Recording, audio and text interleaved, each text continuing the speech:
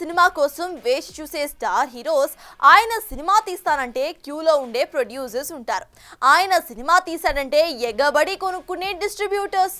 ఆయన సినిమా థియేటర్లో వచ్చిందంటే కలెక్షన్ల వర్షం కురిపించే ఆడియన్స్. కానీ ఆ డైరెక్టర్ తీసే సినిమా ఈ మాత్రం నచ్చడం లేదు అంటూ ఇదిగో ఇలా మధ్యలోనే ఆపేశాడట ఈ టాలీవుడ్ టాప్ స్టార్. దీంతో అసలు మీ ఇద్దరిలో వచ్చిన ఆ గ్యాప్లో నిజమెంత గురువు అంటూ ఆరాలు తీస్తుందట మూవీ ఇండస్ట్రీ. ప్రశాంత్ నీల్ ఈ డైరెక్టర్తో సినిమా అంటే ఎవరైనా ఎగిరి గంతేస్తారు. కారణం, ఈ డైరెక్టర్ నుండి వచ్చిన సినిమాలు కొల్లగొట్టిన రికార్డులు అలాంటివి. ఇక ఆ ఊపిలోనే నీల్తో సినిమా మొదలెట్టాడు తారక్. ఇప్పటికే ఒక షెడ్యూల్ పూర్తయింది కూడా. కానీ నీల్కి ఇక్కడే ట్విస్ట్ ఇచ్చాట తారక్.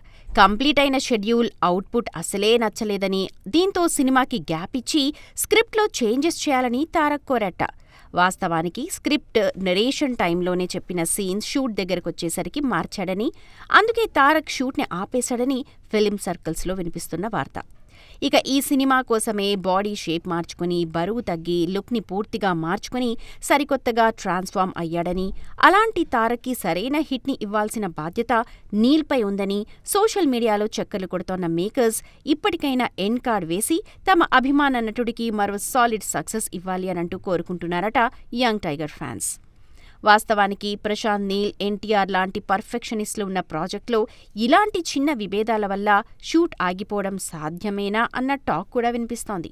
మరి ఈ రూమర్స్కి మైత్రి మూవీ మేకర్స్ లేదా ఎన్టీఆర్ టీం ఎప్పుడు చెక్ పెడతారో చూడాలి. ఇక తారక్ సినీ లైనప్ విషయానికొస్తే, డ్రాగన్ తర్వాత ఎన్టీఆర్ త్రివిక్రమ్ దర్శకత్వంలో తెరకెక్కబోయే మైథలాజికల్ డ్రామాతో పాటు కొరటాల శివతో దేవర పార్ట్ 2 కూడా పట్టాలెక్కేందుకు సిద్ధంగా ఉంది.